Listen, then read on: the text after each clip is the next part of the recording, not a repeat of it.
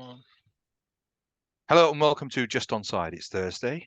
We've had a dramatic Wednesday in the Champions League, so obviously we're going to talk about that. But before we do that, Ois, how are you? And before you go, I've been hearing about this cloud seeding in Dubai, and the weather's been absolutely wild. So, are you able to sort of navigate the storms and the seas, or Honestly, like it was nothing that I'd ever seen before. In the UK, it's like you get this kind of consistent dour rain, right?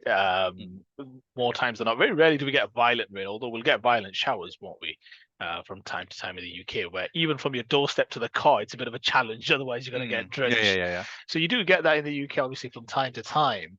Um, I think here you're right. I don't know whether it was kind of the cloud seeding kind of process gone wrong or what have you.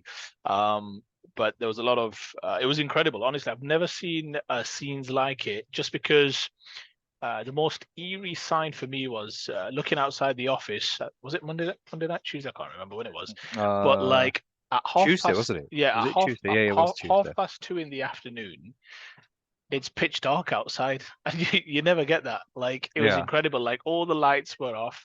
I saw one of my colleagues got stuck in a huge flood in the middle of the road. There's very little infrastructure here for drainage on the basis that they don't really need it that much. So, no, like incredible scenes. I saw a car park with water up to the level of like halfway up the windows, door Mm. windows. There's still cars even now as things are drying out. You can see cars abandoned in the middle of a roundabout, literally abandoned. Yeah. So incredible scenes. Honestly, like it was quite scary as well. Not scary in that sense, but even some of the like windows were like shaking of the office building. And when you're working on the 40th floor, that's no that's no joke. But no, like it's incredible. I mean, I'd like to think there was an incredibly sad story. I think you may have heard in Oman about the floods as well, about a school bus Yeah, yeah, carrying yeah, some yeah. children, Yeah, yeah. unfortunately lost their lives. So it's no fun. But yeah, I think it's still flooded in a lot of areas. The metro is not working. For those of you familiar with the Dubai Metro, it's there's a middle section that's still not fully operational. So yeah, there's a lot of disruption, and it's even though today, if you look outside the office, it's sun. There's a lot of daylight. There's no floods to be seen. Everybody was working from home because there's some areas that are fully just I wouldn't say waterlogged, but just kind of closed off because they can't Mm. access the road onto the main road or out of those specific areas. So yeah, no, incredible scenes. Hope everyone's safe and sound, really. Yeah, absolutely. I echo the sentiments, but I mean, I've been reading about on this cloud seeding, and they're denying it. They're saying it's just a natural storm. And it seems bizarre that this is a project they've been working on for a long, long time, especially in these hot countries. I Yeah. think Pakistan had something similar to this as well, because I think there has to be rain clouds. I think it's one of these where with cloud seeding, there has to be rain clouds. So it's not as if they are creating rain, but what then happens is when the aircraft sort of goes, it I don't know, it sprays something in there. So the level of rain is much more intense. The droplets are much more larger, so it just creates, I suppose, a lot more rain that would, under normal circumstances, fall. So they're obviously denying it because I think if they accepted responsibility, it's not an act of God. They would be liable in terms of insurance payouts. So it's the Dubai people, it's the Arabs. So Hey, they're they're hey, they're a careful now. dodgy lot. Careful now, careful now. I've got my Emirates ID card now, so I've got to be careful about what I say. I'm Um, pretty certain they're monitoring everything sort of yeah, podcast that we're doing. So, I was but it's gonna not say, reflected in the views. So, yeah, yeah. if they're watching, at least smash a like. So, we, Indeed. we What I get some would, traction. yeah, exactly. What I would say though, in all seriousness, I came down on Tuesday night. One of my work colleagues, the one who was actually whose car got stranded, he needed a place to stay for the night, right? Because his car got taken away finally after 3.5 hours of sitting there by the tow truck, which also, funnily enough, the first original tow truck got stuck as well, so they had to send a second tow. I mean, it's a if it wasn't so serious, a comedy of errors. But when I came downstairs, exactly where I'm seated now, Ayub, this was a real scene. You had the kind of drapes slash curtains flying everywhere. There were about 7 people trying to hold the doors kind of closed, like the door would just violently keep opening up, and with the rain kind of flying inside. Lots of manual work in terms of brushing rain outside. No, seriously, it was a genuine scene. A lot of people stranded looking for rooms as well. So yeah, not fun. I know a lot of people also, family included, who kind of had flight disruption and what have you. So yeah, unfortunately, it caused a lot of issue. Dubai, I think Dubai slash Abu Dhabi being in the kind of center, there's a lot of connecting flights as well through there. So all good. Hopefully the weekend comes. Things have dried up, but there's still a lot of areas, especially in downtown Dubai, still pretty much waterlogged, so to speak. Well, the forecast is really, it's going to get hotter and hotter. So I suppose in terms of the sun, that's certainly going to dry out. So glad to see you all safe.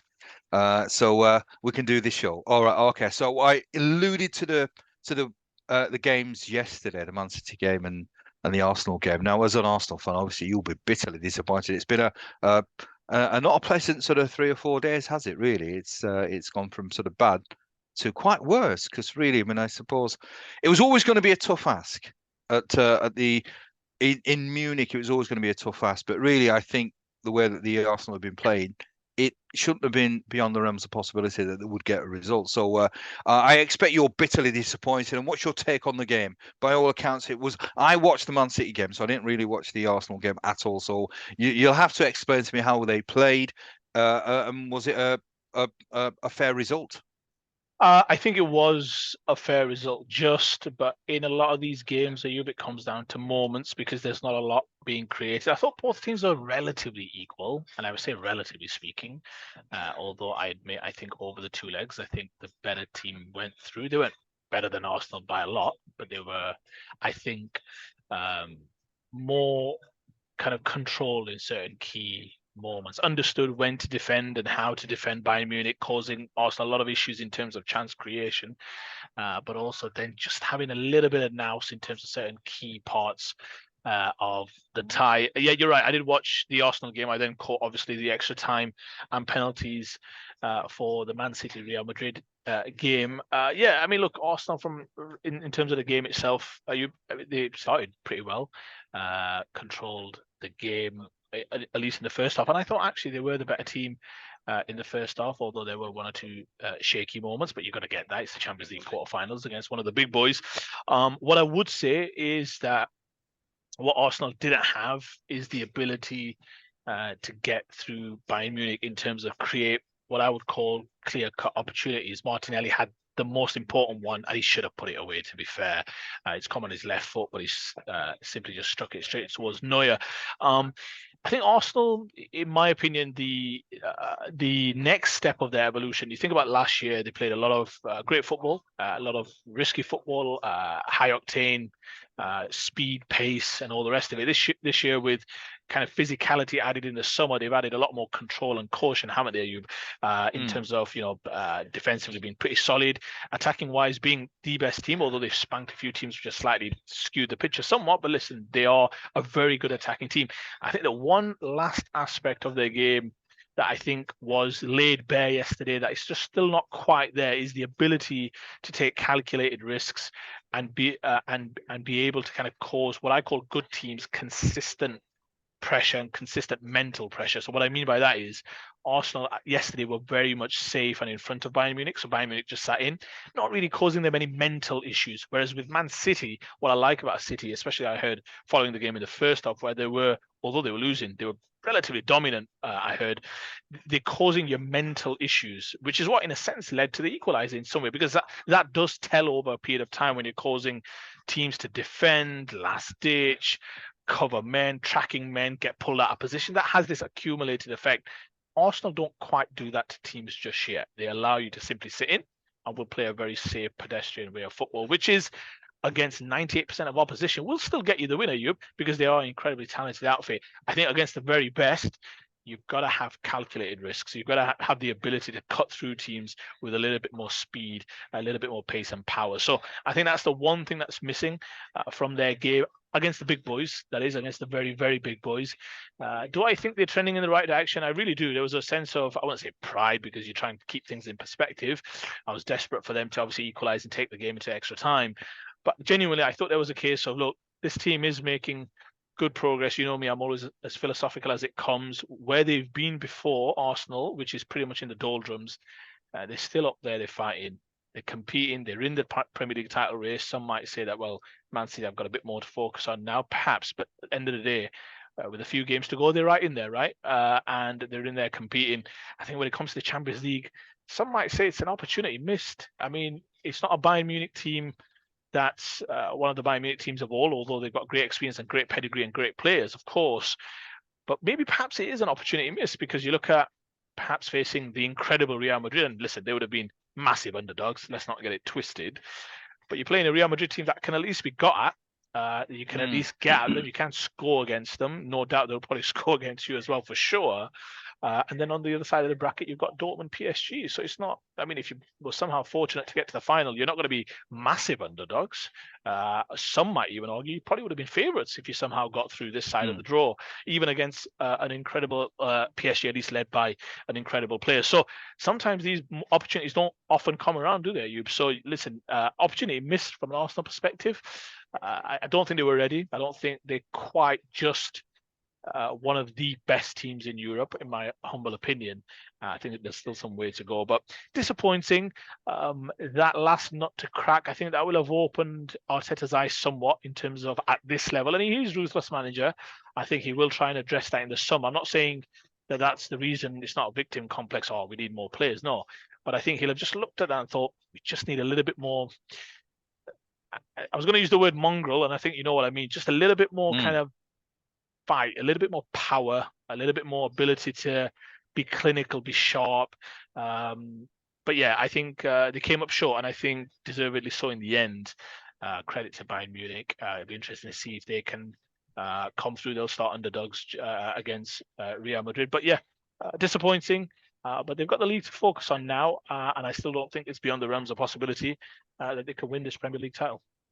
It's very measured. I mean, I'd be a lot more critical if I was an Arsenal fan. I think you did talk about it's an opportunity missed, and I think it is an opportunity spurned. I think this is not a very, very strong Bayern Munich side, which you can. The fact that Leverkusen have won the league so comfortably is a reflection of that. And Arsenal are much the better footballing side, and German football isn't the sort of the Premier League in world football. I mean, I still maintain that it's the English Premier League. So I think it was theirs to lose, even though it was 2-2. They were playing in Germany. I think it was theirs to lose, and I as an Arsenal fan, I would be bitterly disappointed. I'd be disappointed with the team, with Arteta as well, because really it should be a game where you go in as a coach saying, look, we're better than this. Yeah, but he may have done that. Well, it didn't show, because I mean, from all accounts, as I said, I've not watched the game, so therefore I'm going to have to go by what people are talking about. And there was an element of caution. It wasn't sort of gung ho. And really, I mean, it's you don't expect Arsenal just to blast out of the traps and just try and score 3 goals within the first 15 minutes. But you'd expect a team that has played quite confidently for a large portion of the season to have enough self-belief to think, right, we are better than this side, and we're going to show it right from the get-go.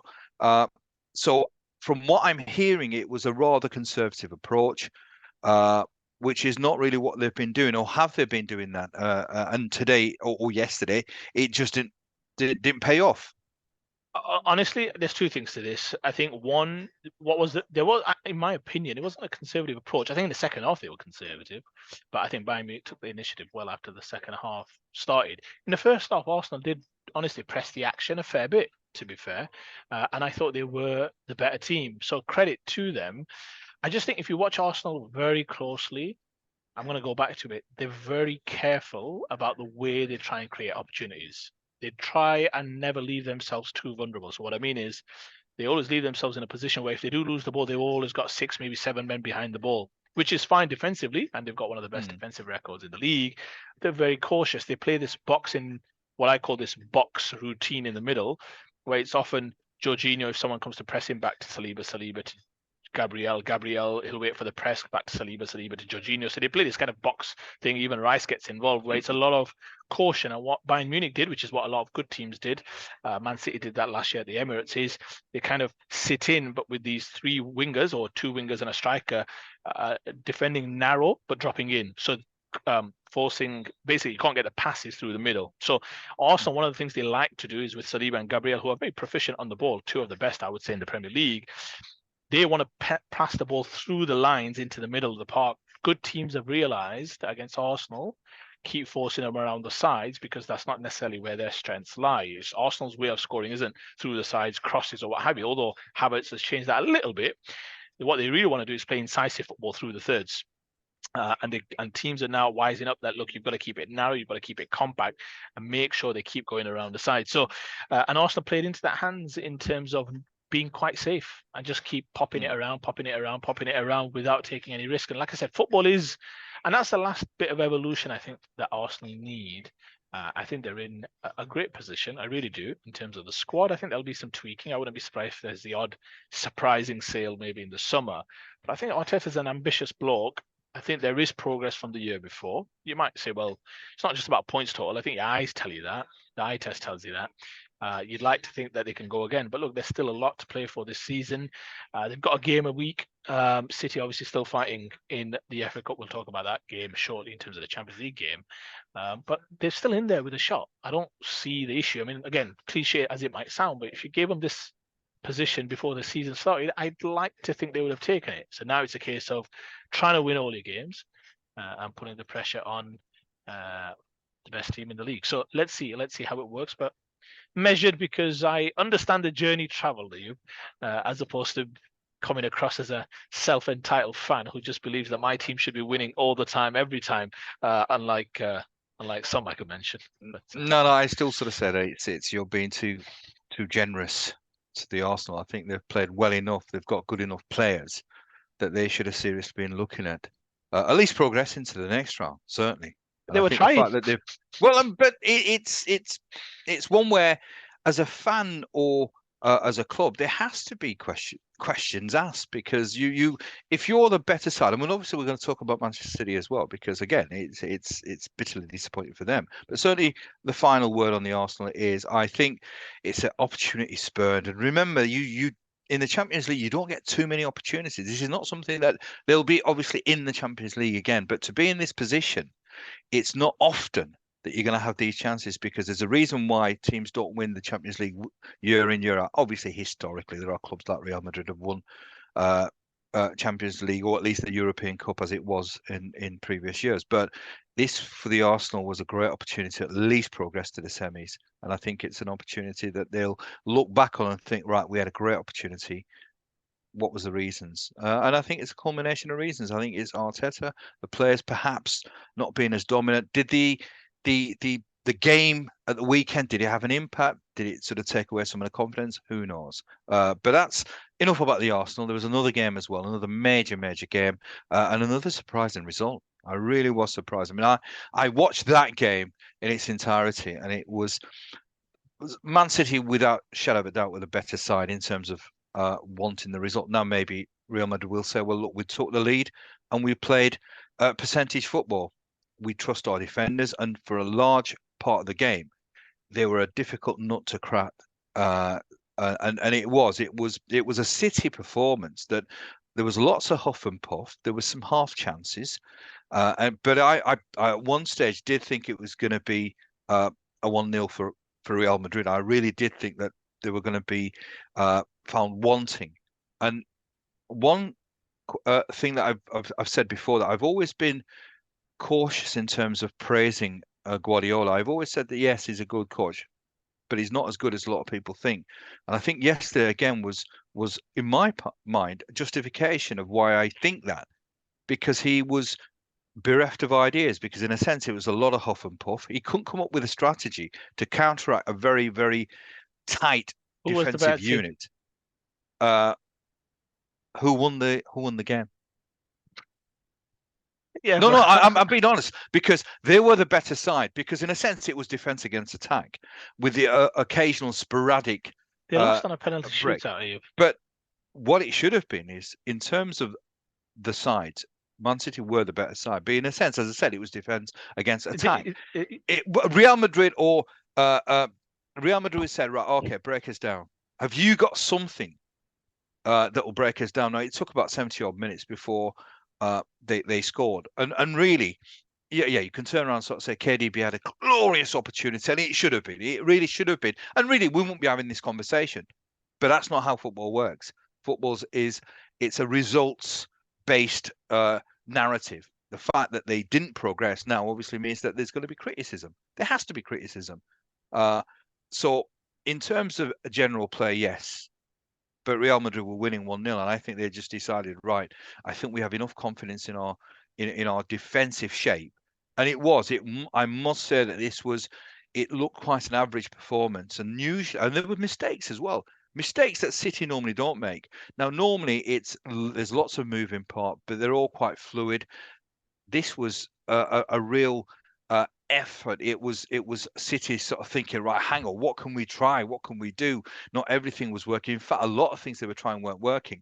This is where I wanted Guardiola to show me something. Right, we're going to do something different, something radical. But it wasn't. It was just a case of keep on trying, and maybe it will just be that there'll be a mistake or there'll be something that happens, and that to me isn't great coaching or great tactical astuteness. It's really just a case of, right, we're going to keep on trying and hope that something cracks, and eventually it did. But it did through one of his substitutions, you might add.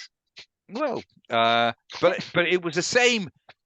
It wasn't anything different to what he was trying. I mean, to be honest, I would have even sort of expected him to sort of think, right, the shape that Real Madrid have in terms of defensive, I mean, these are experienced, great players. So it really was a masterclass to a certain extent. I would have even gone something almost prehistoric and say, well, right, hang on, we're finding it difficult. For about 10 minutes, let's just put one of the big lads up top and let's put balls in, see if we can feed off the scraps. I know it's quite prehistoric, quite Sam Allardyce, but again, it's I no, but this is where I cannot believe what you've just but seriously, which let me just get this right. I had visions of David James when he got sent up front for a little cameo. Which player do you want to see up front for 10 minutes? I don't know. It could have been Diaz. It could have been one of the bigger lads. But again, you've got to see it from where I'm looking at it from. That right, Yeah. this is not working. Let's do a supporter of a championship club. I can see exactly where you're looking but this is it. You see, it can't just be where you've got this extreme arrogance that we're Manchester City, so therefore it has to be intricate. Right, this is not working. Let's do something for 5-10 minutes, completely different. Can we catch them off guard? This is where I expect a coach to be to use initiative, to do something radical. But he was just doing exactly the same thing. Now you can turn around and say, look, it's a method that's worked for years and years and years and years. So therefore, why wouldn't it work? But it wasn't working for a large portion of the game. Eventually, they did lose the game, albeit on penalties. But before we talk about the penalties, you offer me your thoughts on the game and whether Sam Allardyce tactics should have been employed. I think most observers would have seen it as a crime against football. That opinion was a crime against football. Look, it was his substitution. I think Carvajal was on a yellow card by then, so it was quite astute to try and get Doku running at him, and that's exactly where the goal came from. And somewhat of an error, I guess, from the defender. And De Bruyne had an absolute, by his standards, a sitter. He's got to hit the target there afterwards, and if that goes in, you'd like to think it's done and dusted, isn't it? So look, I mean, Man City were absolutely right not to lose the game, at least in regulation time, because they'd done enough to at least merit a draw. Real Madrid always score. That's the thing. They always score. That front three is about as good as it gets. Man City, look, I agree with you in the sense that for Arsenal, it was an opportunity missed. For Man City, it was an even bigger one. Some may say And there's a part of me that agrees that they are the best team in Europe. I really do believe that. I think when everything's firing, they have the most complete squad. They have the most complete personnel in terms of every level, in terms of striker, defense, midfield, and attack. I think the difference perhaps last year to this year, although again, I think this year they probably should have come through. They were winning those games against. They were winning at the Bernabeu as well, but they just started to concede a few, haven't they? Where they've just started to look a little bit vulnerable. I'm not saying in all the games, but recently they have done. They look like they could concede in some of the games, and they have. They went down to Palace early, didn't they? So I think there's just last year where there was some sort of, I won't call it destiny, but there was some sort of desperation about their play. They felt this was the year for them, and they absolutely took Real Madrid apart. They took Bayern Munich apart, and then needed a bit of luck to get through in the final, which you often do. But there was a sense of desperation about, look, listen, it's now or never type feeling. I just feel like this year was an even better opportunity. You're like a year on, you've got the monkey off your back, but maybe perhaps some teams are you, but I don't know what your thoughts are, maybe need that desperation, maybe need that kind of now or never fight or flight type of mentality a little bit to kind of come through in these big moments to some extent. So I think City will really rue that opportunity. I think would have come through Bayern, and I think they would have perhaps gone on to do to win back-to-back Champions Leagues. And these are the opportunities that are not going to present themselves all the time, are they, Ayub? So that's a huge opportunity missed. I'm not sure. I just feel like with City right now, Ayub. I mean, obviously they're the best team in England. Let's not get it twisted. But I just think, again, there's just a certain vulnerability that at least Real Madrid were not fearful of them to some extent. Whereas last year, I think they put Real Madrid in their place. But I think Real Madrid really did feel last year as though they were the inferior team. I think this year they perhaps felt that, but thought we can get at them, we can score against this team. So, look, I think you're being a bit harsh. I really do, because ultimately this game was settled on penalties, and even the penalty miss, the first one was from Real Madrid. There afterwards, obviously. It went to pot for Bernardo Silva and Kovacic, especially the Bernardo Silva penalty. I mean, I have to. I mean, I'm not. I mean, I'm even at my low level. I've missed a penalty or two, unfortunately. I saw your missed yeah, penalty. you I did. was there. You did firsthand.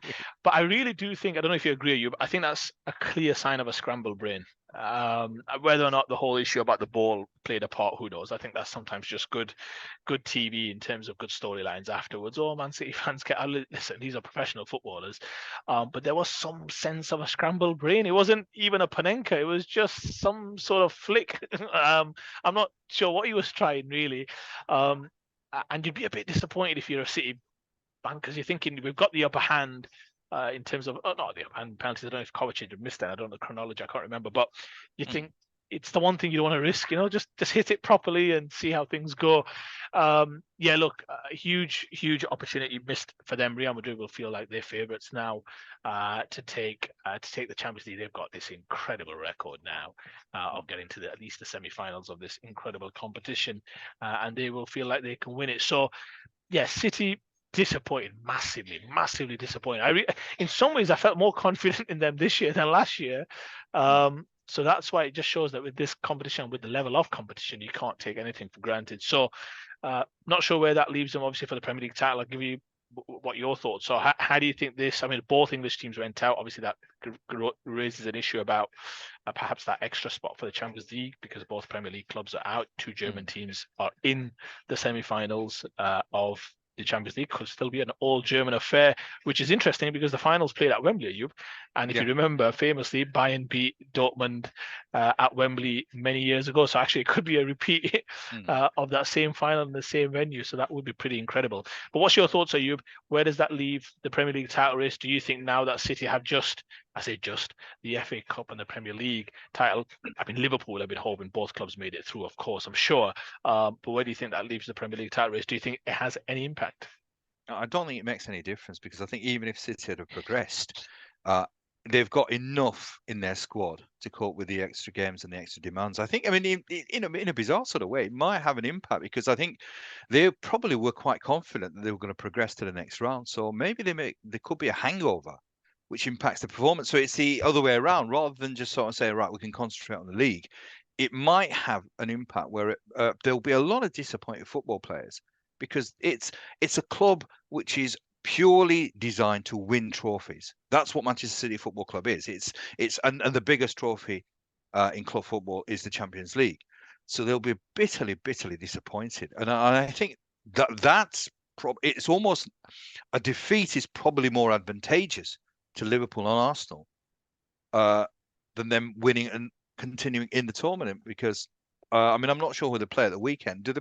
Oh no, they've got a cup game at the weekend, Okay. and I'm not sure what their next league game is. But they'll that is what I would sort of say rather than the other way around because I think if they'd have progressed, the one club that can cope with challenging on multiple sort of formats is Man City. I think they've got enough about them.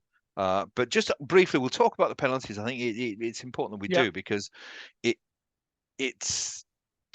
I mean, I think with Silva, I mean, there are a lot of players who do that. Sometimes keepers are going to dive either right or left. So sometimes the safest or the best place is dead center. Whether uh, uh, and and he's obviously clearly just decided that's what I'm going to do. He's not looked to the keeper because sometimes there are players who are smart enough, good enough, where they'll have an idea, but they'll look at the keeper as well. He's obviously just decided, right, the keeper's going to drive. I'm going to go centre. Now there is talk. I mean, I don't know whether you mentioned it at the start, but I think apparently what I've heard is that uh, the tactics of the keeper was that in one penalty he was going to stay dead central, dead straight.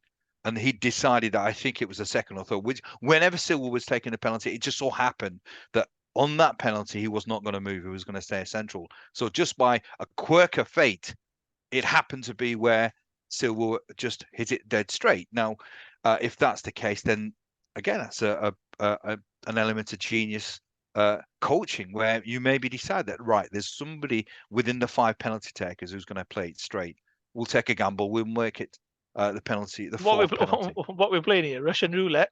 Well, yeah, no, I mean because if you think about it, it's the level that we're talking about. These are quality players. Now, even if you dive on the right side, if your penalties is clinical, it's going to go in. So you might just sort of say, right, one of these players probably will just hit it in the center. Let's go. And it's a tactic, it's a strategy that I think well done. I mean, it worked on this occasion. Many times it's not going to work, but well done. Yeah, I don't have an issue with the goalkeeper decide. Listen, I actually would go one step further. I don't think he's just randomly thought, hey, it's Bernardo Silva. It's one of the penalties. Let's just see how it goes. I think he's clearly seen something that he thinks would suggest that he's not going to pick a corner. The only thing I would say is if you watch the penalty again, I've never seen a penalty taken like that. And you might say, what do you mean? It's not quite a Panenka. The Panenka normally has this backspin that you put on it, where it's kind of, the famous goal by Zidane in the World Cup final against Italy. I mean, Pirlo's done it. Many a great player have done the Panenka, even Aguero, although he missed one as well. The Panenka normally is done with a little bit of backspin, normally central. This didn't have any backspin on it. It just hits it normally, and he slightly, I say slightly, hooks it to his right. I genuinely think it's just a scrambled brain. I don't know. I mean, I honestly just think that he's done because there are, as I said, there are players who play centrally thinking, oh, they're expecting the keeper to dive either side. Now he's done that. Now, if the keeper had dived, I don't think there would have been this conversation because we would have just thought, yeah, he's just played it in the centre because but it was. I agree that it was a funny looking penalty. Even if the keeper had dived, it looked funny. It didn't look if the goalkeeper dived to his left, the goalkeeper's left, he'd have still had a chance to save it. Yeah, that's what I mean. So because he could have raised his feet or legs or something to try and divert it or something. Yeah, so it was sort of bizarre in that sort of way, and maybe it was a scrambled brain.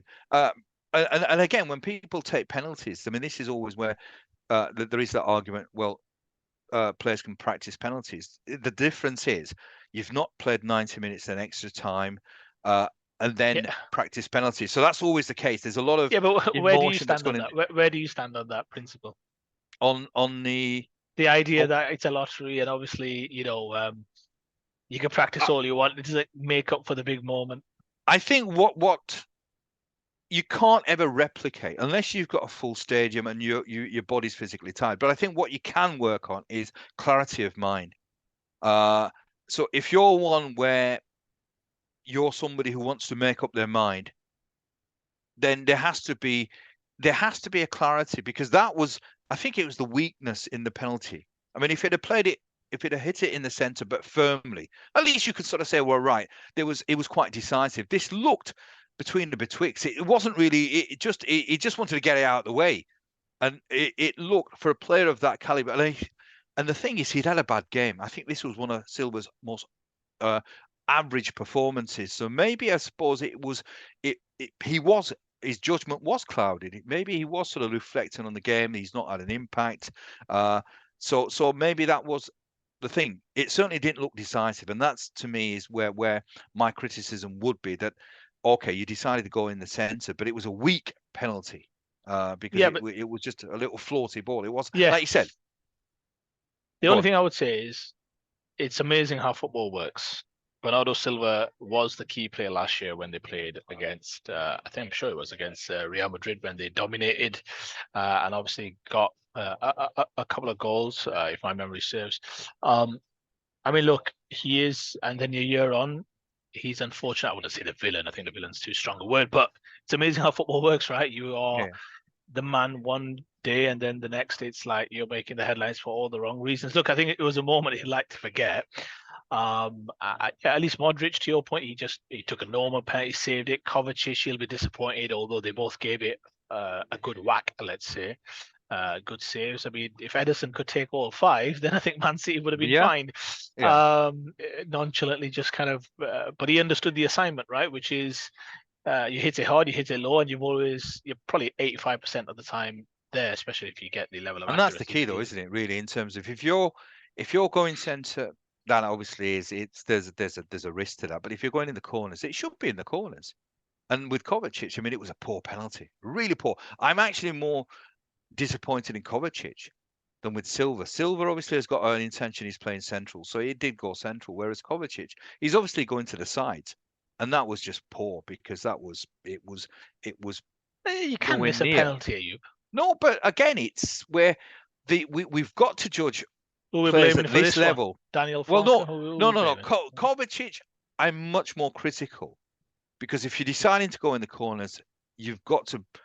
I mean, he came on as a sub, didn't he, Kovacic? So it's not as if he's much more physically exhausted than the other players. But again, it's a Uh, clarity of mind. What I expect is, right, if you're going corners, you've got to at least sort of yeah, but strike the penalty. his Croatian counterpart, world class Ballon d'Or winner Modric, Yeah, but he it's missed bad. Yeah, one yeah. as well. Modric as well. Now, because Real Madrid won, it's not going to be highlighted as much. But it was a poor penalty from Modric. I mean, a player who's got immense ability, albeit he's about But 63 now.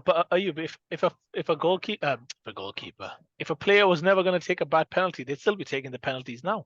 We'll do this then. There are some penalty takers that have got a fantastic record. I think Cantona, Matt Letizia as well. These were guys that took God knows how many penalties, and I think their percentage, or their ratio, was it was 99% almost. Yes. So So what's your point? They were good at so penalties, granted. yeah, yeah. But these are obviously expert penalty takers. So therefore, when you enter a game where you know potentially there could be penalties, if you're playing in Champions League, you are playing at the highest level in club football. If you're playing for Manchester City, you're playing for a team. You are a player of the highest standing. So therefore, something which is, I mean, penalty taking in theory isn't as complicated and No, difficult no, no, no. as It is. other aspects of the game. No, no, it isn't. I don't think it is. I would Ayub, expect much more. if it wasn't complicated, they wouldn't use it as a way to decide games. No, no, Because if it because wasn't complicated, ultimately, they'd be thinking no, this no. could What I'm go on for saying the is, rest of no. eternity. This What penalty I'm saying shootout. is that mentality is obviously extremely important. So Yeah, but Kovacic to me was disappointing. Silva, I actually, as I said, Silva perhaps is not as disappointing, but ultimately, it's a game that City have lost, that they should have won. In terms of impact, going back to the original question, what impact it will have, I think it will be the disappointment, and whether that seeps into the next game, or I mean, the next game is a cup game. Let's yeah, see. Yeah, and I think that you raise a good point because I actually think in similar ways to you, which is I remember when Mo Salah and Sadio Mane used to go to the African Cup of Nations, and I don't know if you remember famously when Salah back to back, I think he lost. I hope I remember this correctly, but he lost the African Cup of Nations final. And then I think shortly thereafterwards, or not long afterwards, they lost like a World Cup qualifier, whatever. The point is, he had two major international disappointments kind of all in one go, or continuously. And I remember Liverpool fans, as I can understand, were hoping that Egypt lose relatively early in the competition so that they could get their star man back. And I remember thinking, actually, as much as for sure you want him to come back because he's missing games in the meantime, there is something about falling short or coming up short that you think actually will have a more detrimental impact anyway when he Yeah, yeah, returns. yeah. So if anything, I always think when your players go for international duty, there's a part of you. I mean, listen, I get the African Cup of Nations because that's directly during the footballing calendar, or at least during the European calendar. But you kind of you'd be more worried if they had a real big disappointment because you're worried about the psyche, the mentality in Mm, terms of them coming back and that disappointment lingering somewhat. And I remember that was a real, at least for me, was a bit of a storyline. Like imagine now, let's say you have the European Championships, and let's say somehow England go on to win it. I'd like to think that's going to hold Bukayo Saka, Declan Rice, one or two maybe others, or Ben White would have gone, but you get the point. Like mm, it's going to hold you in good stead, and the same goes for any team, France, whoever goes on to win it. You'd like to think some of those players are going to come back thinking, right, added another big medal to my kind of resume. So yeah, look, I'm with you. I agree with you. I think there is perhaps a small chance that there might be some hangover. Actually, I don't think the idea that because City's squad, to your point, they showed it last year. They won the treble anyway, so mm, they can handle it. But there might be just something here which might just linger and maybe a few doubts mm, creep in. I think even though they are the best of the best, I think doubts can creep in. I think you might find yourself in a game 1-0 down at halftime again, like they were mm, yesterday, and I might think, is it slipping away? We were on course for a treble. Champions League, we get bounced. Who knows what happens at the weekend in the FA Cup, Premier League? So you'd be surprised how, as unbelievable an outfit as they are, and listen, I would still put them as favourites for the Premier League title. No disputing that. And you might think I'm clutching at straws, but you still have to go on and win it. It's still a game played between the ears. They have the talent. No one's disputing that. But there just might be something. I actually think, without a shadow of a doubt, there will be some moment in the Premier League at some point over the next 6 or 7 games, whatever it is that we've got left, where they will be asked questions, and you'll be left wondering, are they going to come through? And it'll be a sign of the team if they can come through. It's up to the other two teams. Liverpool starting today, trying to overturn that huge deficit. To see if they can keep them honest and be there to take advantage of any slip up. So let's see. Fascinating and finely poised, I think, still. yeah, yeah, I agree. And talking about the weekend fixtures, I mean, there's cup games. I think there's a league game as well, isn't there? There's a couple of league games as well. So what's your sort of thoughts over the weekend now? Just quickly, I Anything? mean, Arsenal have to win. I Mm, mean, however, it's not the time for a performance. You got to remember they drew to Bayern, lost to Villa, lost to Bayern, so they need a win. mm, And Wolves away. So listen, it's not Wolves are a decent outfit, but that's. I mean, Arsenal have to win. There's no excuses really. And I think if they lose to Wolves or even drop points against Wolves, then I think then questions will be asked. Obviously, I don't mean from a managerial perspective. I mean, you might say there should be questions asked. I want Mikel Arteta to be at the Arsenal helm for as long as he wants. Really, to be honest with you, he's taken us again from pretty much the gutter in terms of just being irrelevant. Eighth, mm. seventh, just irrelevant, not part of Yeah. these conversations at all. So, look, it's a huge question mark, huge opportunity as well in some ways because they get a chance to go top of the table, but it's a huge game of you. But I mean, this one we really will tell us a lot about Arsenal. How do they cope with disappointment? How do they cope with? Can they still keep playing that offensive style? Will Wolves ask them? If they ask questions early on or go a goal down, suddenly is that going to creep in the nightmare of last year's April and how things went to pot? I think there's a huge question marks. I don't worry too much about yesterday. Of course, there's going to be some lingering effect, but I think there's also a sense of realism that this is their first year back after 8 years. Quarterfinals, it's Bayern Munich. Opportunity missed, yes, but they've not lost to a team where they should have absolutely won. I think there was no one else saying clear cut Arsenal should get through. So yeah, disappointment for sure. But Ayub, it's a game they have to win, and if they can get some performances along the way in terms of some key individual players, there's a little bit of energy that seems to be lacking right now, especially in the middle of the park. I think that will hold them at least in good stead to get that good feelings again. But away from home, I don't mind them actually being away from home. Let's see, but you'd have to think they have to win, no questions asked. I agree. I agree. I mean, it's obviously. I mean, I presume that's the way they approach most league games, that they go with the intention to win. But you're right. I mean, with Wolves, then nothing really to play for. So really, I mean, it's almost as if these teams, some of these teams like Wolves, Crystal Palace, it's a case of right. We want to make sure that we stay in the Premier League. Once they've accomplished that, it's almost like let's express ourselves. And they've got enough decent players, Wolves, Agreed. that can hurt the opposition. So it could be a very, very tricky game, and it's a sort of game that you probably don't want after the disappointments of the last two games. So it's going to be interesting. Any other games that take your fancy? Any other comments that you'd like to make over the weekend? No, you are Leeds playing over the weekend? We're playing on Monday. We're playing on Monday. So you can't spoil Uh, your weekend then. well, they can't spoil the weekend, but there are games that can spoil my weekend. Southampton are playing. I mean, Southampton played on Tuesday, and they've come up from nowhere. They were at one stage dead and buried, but the fact that the top three, sort of Ipswich, Leicester, and us, have imploded, have given them a sniff again. So they've won all. They keep on winning. So I'm hoping that when they play Cardiff, at least get no more than 1 point, because if they get 3 points, then really they're right back in the mix, which then makes the game that they play against us on Ellen Road, the last game of the season, it might be a huge Titanic sort of, maybe potentially a game which sort of decides who goes to the Yeah, Premier League. It's funny that you should use the word Titanic. I know which team I'm thinking is going to get sunk. So I think we're already sunk. So we're playing on Monday, so it sort of gives us an opportunity to perhaps see what else has happened between Leicester. Ipswich don't play because they were going to play Coventry. Coventry obviously playing in the Cup, and it's an interesting scenario now because we're going to play two games before Ipswich play. I mean, I think we talked about this on the last one. So we just need to win all our games and then see where it takes us. let's start by winning one.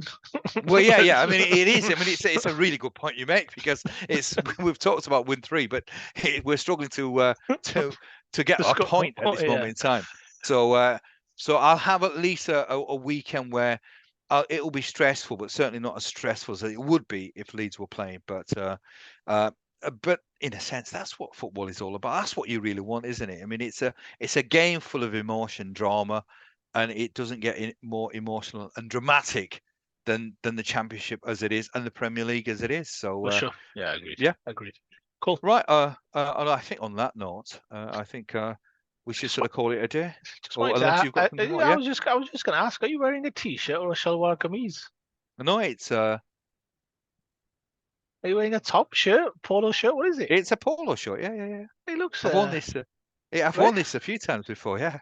looks very nice, you know. Yeah. I don't think I remember you wearing this. No, I think if you scroll through our many videos, there are about 2 or 3 episodes where I've got this on. This is what I wore to work. I've not had time to change, so Very I've smart, just I kept must it say. on. Like it. Well, I'm speaking to a man in Dubai. I'm going to make the effort. We're both dressed in black, which represents our moods about our teams right now. To be Well, honest with yeah. you. I mean, I think it's a colour that really I should wear all season. Yeah. But on that note, I think we'll sort of call it a day. So I'll ask the audience as always to do the usual good stuff: smash a like, share, subscribe. If you haven't, I hope you enjoyed the show. We'll shoot again in a few days' time. Obviously, review the weekend's action. OS is probably having a Friday night out in Dubai, so that's why we're shooting on a Thursday, I think. Not really, to be honest. It was just Oh more. no, you should say that just to give the illusion you've got an exciting life. Oh, exciting life! I mean, half the place is flooded, mate. So I don't know. I don't know about that. No, I just, to be fair, I thought tomorrow I might still be working till late. So I thought I'd just, and also, I think yesterday's football. Yeah, Related to us talking absolutely, about it, absolutely. get it off the old chest. Absolutely, absolutely. All right. So on that note, so as always, viewers, enjoy the weekend. Even though this is Thursday, hopefully it drops. But when it drops, I sort of wish you a great weekend, and we'll sort of catch up on Monday or Tuesday. So stay safe, stay dry, and we'll see you soon. Ta-ra. Yeah.